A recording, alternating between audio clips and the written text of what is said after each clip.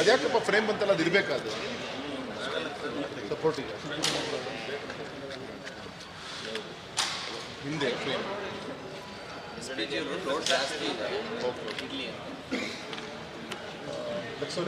ಅಲಂಕಾರ ಅಲಂಕಾರ ದರ್ಶನ್ ರಾಹುಲ್ ದರ್ಶನ್ ರಾಹುಲ್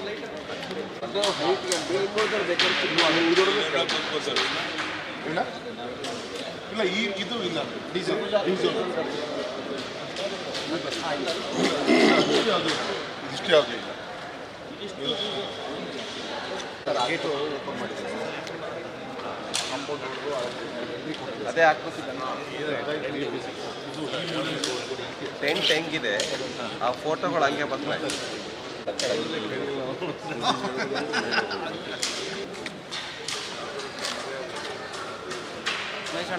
ಹಾಂ ಸರಿ ಸರಿ ಓಕೆ. ಹಾಂ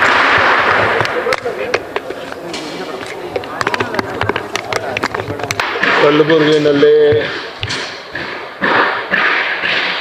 ಪ್ರಧಾನಿ ನರೇಂದ್ರ ಮೋದಿಯವರ ಕಾರ್ಯಕ್ರಮ ಬಹಳ ಅದ್ಭುತವಾಯಿತು. ಎಲ್ಲಕ್ಕೆಲ್ಲೂ ಜನಕ್ಕೆ ಸಾಕಾಗ್ತಾ ಇರಲಿಲ್ಲ. ಭಾಳ ಒಳ್ಳೆಯ ಒಂದು ವಾತಾವರಣದಲ್ಲಿ ಕಾರ್ಯಕ್ರಮ ಆಯಿತು. ಮೋದಿಯವರು ಸಹ ನಮ್ಮ ನಿರೀಕ್ಷೆ ಮೀರಿ ಒಳ್ಳೆಯ ಒಂದು ಭಾಷಣವನ್ನು ಮಾಡಿದರು. ಬಹುಶಃ ಈಗಾಗಲೇ ಲೋಕಸಭಾ ಚುನಾವಣೆ ದಿನಾಂಕಗಳು ಘೋಷಣೆ ಆಗ್ತಿರೋ ಸಂದರ್ಭದಲ್ಲಿ ಇವತ್ತು ಶಿವಮೊಗ್ಗಕ್ಕೆ ಬರ್ತಾ ಇರುವಂಥದ್ದು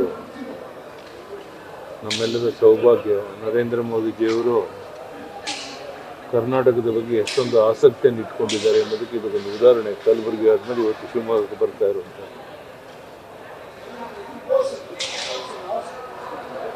ನಾಳೆ ನಮ್ಮ ನಿರೀಕ್ಷೆ ಮೀರಿ ನಾಡಿದ್ದು ಜನ ಸೇರೋರಿದ್ದಾರೆ. ಭಾಳ ಯಶಸ್ವಿಯಾಗಿ ಕಾರ್ಯಕ್ರಮ ಆಗುತ್ತೆ. ಲೋಕಸಭಾ ಚುನಾವಣೆಯಲ್ಲಿ ಭಾಳ ದೊಡ್ಡ ಅಂತರದಲ್ಲಿ, ಮೊದಲಿಗಿಂತ ಹೆಚ್ಚು ಅಂತರದಲ್ಲಿ ನಾವು ಗೆಲ್ಲಕ್ಕೆ ಸಾಧ್ಯ ಇದೆ ಅನ್ನುವಂಥ ವಾತಾವರಣ ಎಲ್ಲ ಕಡೆ ಕುಂತಲ್ಲಿ ಕೇಳ್ತಾ ಇದೆ. ನಾನೊಂದು ಭರವಸೆಯನ್ನು ಇವತ್ತು ಮೋದಿಜಿಯವರು ಕೊಟ್ಟಿದ್ದೇನೆ. ನಮ್ಮೆಲ್ಲ ಶಕ್ತಿ ಮೀರಿ ಪ್ರಯತ್ನ ಮಾಡಿ 28 ಲೋಕಸಭಾ ಕ್ಷೇತ್ರದಲ್ಲಿ 25-26 ಆದ್ರೂ ಗೆದ್ದೇ ಗೆಲ್ತೇವೆ. ಆ 25-26 ಜನ ಎಂಪಿಗಳನ್ನ ಕರ್ಕೊಂಡು ನಾನು ಡೆಲ್ಲಿಗೆ ನಿಮ್ಮನ್ನು ನೋಡೋಕ್ಕೆ ಬರ್ತೇನೆ ಅಂತ ಹೇಳಿ ಭರವಸೆಯನ್ನು ಕೊಟ್ಟಿದ್ದೇನೆ. ನನಗೆ ವಿಶ್ವಾಸ ಇದೆ, ನಮ್ಮ ನಿರೀಕ್ಷೆಯಂತೆಯೇ 28ಕ್ಕೆ 28 ಗೆಲ್ಲಬೇಕು ಅಂತ ಪ್ರಯತ್ನ ಮಾಡ್ತಾ ಇದ್ದೇವೆ. ಒಂದೆರಡು ಆ ಕಡೆ ಈ ಕಡೆ ಏನಾದರೂ ವ್ಯತ್ಯಾಸ ಆದರೂ ಸಹ ನಮ್ಮ ದೊಡ್ಡ ಒಂದು ಗೆಲುವಾಗುತ್ತೆ. ಇವತ್ತು ಇಡೀ ಜಗತ್ತೇನೆ ಮೋದಿಯವರ ಬಗ್ಗೆ ಹಾಡಿ ಕೊಂಡಾಡುತ್ತಿರೋ ಸಂದರ್ಭದಲ್ಲಿ ಆ ಪುಣ್ಯಾತ್ಮ ಒಂದು ದಿನ ವಿಶ್ರಾಂತಿಯನ್ನು ತಗೊಳ್ದೇನೆ ದೇಶದ ಉದ್ದಗಳಿಗೆ, ಪ್ರಪಂಚದ ಉದ್ದಗಳಿಗೆ ಓಡಾಟ ಮಾಡ್ತಾ ನಮ್ಮ ಸಂಘಟನೆಯನ್ನು ಬಲಪಡಿಸುವಂಥ ಕೆಲಸವನ್ನು ಮಾಡ್ತಾ ಇದ್ದಾರೆ. ನನಗೆ ಗೊತ್ತಿರೋ ಪ್ರಕಾರ ಅವರು ಒಂದು ದಿನ ವಿಶ್ರಾಂತಿ ತಗೊಂಡು ಅಂತ ಹೇಳಿದ್ರೆ ಯಾರೂ ಕೇಳಿಲ್ಲ, ನೋಡಿಲ್ಲ. ಈಗಲೂ ಸಹ ಅದೇ ರೀತಿ ಎಲ್ಲ ಕಡೆ ಪ್ರವಾಸ ಮುಗಿಸಿ ನಾಡಿದ್ದು 2 ಗಂಟೆಗೆ ಮುಂಚೆನೇ ಅವ್ರು ಬರೋರಿದ್ದಾರೆ. ಅದಕ್ಕೋಸ್ಕರ ನಾನು ಜನತೆಯಲ್ಲಿ ವಿನಂತಿ ಮಾಡ್ತೇನೆ, ದಯಮಾಡಿ 1 ಗಂಟೆ ಒಳಗಾಗಿ ಬಂದು ನೀವೆಲ್ಲ ಆಸನದಲ್ಲಿ ಇರಬೇಕು. ಬೇರೆ ಬೇರೆಯವರೆಲ್ಲ 1 ಗಂಟೆಗೆ ಭಾಷಣಗಳು ಪ್ರಾರಂಭ ಆಗುತ್ತೆ. ಸರಿಯಾಗಿ 2 ಗಂಟೆಗೆ ಮುಂಚೆನೇ ಮೋದಿಜಿಯವರು ಬಂದು ಅವ್ರ ಭಾಷಣವನ್ನು ಶುರು ಮಾಡ್ತಾರೆ.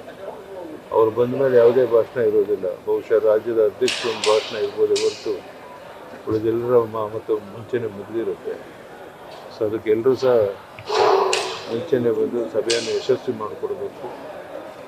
1 ಗಂಟೆಗೆ ಮುಂಚೆನೇ ಎಲ್ಲರೂ ಬಂದು ಸೇರಿರಬೇಕು ಅಂತೇಳಿ ಎಲ್ಲರಲ್ಲೂ ಸಹ ನಾನು ವಿನಂತಿಯನ್ನು ಮಾಡ್ತೀನಿ. ಸರ್, ಇನ್ನೂ 55 ದಿನ ಇದೆ. ತಾವು ಯಾವ ಥರ ಪ್ರಚಾರದಲ್ಲಿ ಸರ್, ಈಗ ಈ ಕಾರ್ಯಕ್ರಮ ಮುಗಿದ ಮೇಲೆ ನಾನು ಎಲ್ಲೆಲ್ಲಿ ನನ್ನ ಅಗತ್ಯ ಇದೆ ಅಂತ ಅನಿಸುತ್ತೋ ಅಂತ ಎಲ್ಲ ಕಡೆ ಪ್ರವಾಸವನ್ನು ನಮ್ಮೆಲ್ಲ ಸ್ನೇಹಿತರ ಜೊತೆಗೆ ನಾವು ಹೋಗ್ತೇವೆ. ಕಾರ್ಯಕ್ರಮ ಎಲ್ಲಿ ಯಾವ ಕಡೆಯಿಂದ ಪ್ರಾರಂಭ ಮಾಡಬೇಕು ಇದೆಲ್ಲವನ್ನು ಇನ್ನೊಂದು 2-3 ದಿವಸದಲ್ಲಿ ನಮ್ಮ ರವಿಕುಮಾರ್ ಅವರು ಎಲ್ಲ ಕೂತ್ಕೊಂಡು ತೀರ್ಮಾನ ಮಾಡ್ತಾರೆ. ಅದರಂತೆ ನಮ್ಮೆಲ್ಲ ಮುಖಂಡಗಳು ರಾಜ್ಯನ ಪ್ರವಾಸ ಮಾಡ್ತಾರೆ. ಸರ್, ಶಿವಮೊಗ್ಗ ಕ್ಷೇತ್ರದಲ್ಲಿ ಯಾವ ರೀತಿ ತೊಡಗಿಸ್ಕೊಂಡು ಪ್ರಚಾರ ಸ್ಟ್ರಾಟಜಿ? ಶಿವಮೊಗ್ಗ ಕ್ಷೇತ್ರದಲ್ಲಿ ನೀವು ಈಗಾಗಲೇ ಗೆದ್ದಾಗಿದೆ. ಎಷ್ಟು ಅಂತರದಲ್ಲಿ ಗೆಲ್ಲಬೇಕು ಅನ್ನೋದು ಹೋದ ಸರಿಗಿಂತ ಹೆಚ್ಚಿನ ಅಂತರದಲ್ಲಿ ಗೆಲ್ಲಬೇಕು ಅಂತ ನಮ್ಮ ಅಪೇಕ್ಷೆ. ಜನ ನಿಶ್ಚಿತವಾಗಿ ಆಶೀರ್ವಾದ ಮಾಡ್ತಾರೆ ಅಂತ ವಿಶ್ವಾಸ ನನಗೆ. ಈ ಮಧ್ಯೆ ಈಶ್ವರಪ್ಪನವರು ಮನವೊಲಿಸುವ ಕಾರ್ಯ ಏನಾದ್ರು ಸರಿ ಹೋಗುತ್ತೆ ಎಲ್ಲವೂ ಅಂತ ನಾನು ಅಂದ್ಕೊಂಡಿದ್ದೇನೆ. ಅವರು ನಮ್ಮ ಪಕ್ಷವನ್ನು ಬೆಳೆಸಿದವರು, ಕಟ್ಟಿದಂಥವರು. ಯಾವುದೋ ಒಂದು ಮನಸ್ಸಿಗೆ ನೋವಾಗಿರ್ಬೋದು.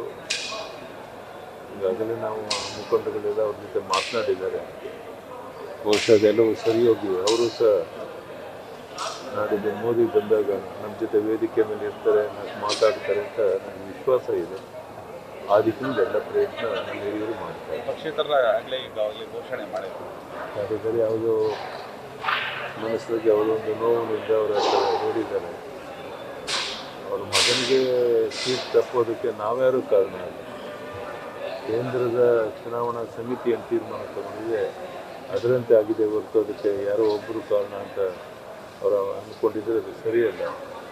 ಹೀಗಾಗಿ ಅವರು ಮನವೊಲಿಸಿ ಅವರು ಸಹ ಕಾರ್ಯಕ್ರಮಕ್ಕೆ ಬರೋ ಹಾಗೆ ಎಲ್ಲ ಪ್ರಾಮಾಣಿಕ ಪ್ರಯತ್ನ ನಮ್ಮ ಮುಖಂಡಗಳು ಮಾಡ್ತಾರೆ. ಬೇರೆಯವರಿಗೆ ಟಿಕೆಟ್ ಕೊಡಿಸುವಂಥ ನಿಟ್ಟಿನಲ್ಲಿ ಯಡಿಯೂರಪ್ಪನವರು ಆಸಕ್ತಿ ವಹಿಸಿದಷ್ಟು ನನ್ನ ಮಗನಿಗೆ ಟಿಕೆಟ್ ಕೊಡಿಸಲಿಲ್ಲ, ಆಸಕ್ತಿ ವಹಿಸಿಲ್ಲ. ನಾನಲ್ಲದೆ ಕೊಡೋದು ಪಾರ್ಲಿಮೆಂಟ್ರಿ ಬೋರ್ಡ್ನಲ್ಲಿ ಚರ್ಚೆಗಳಾಗುತ್ತೆ.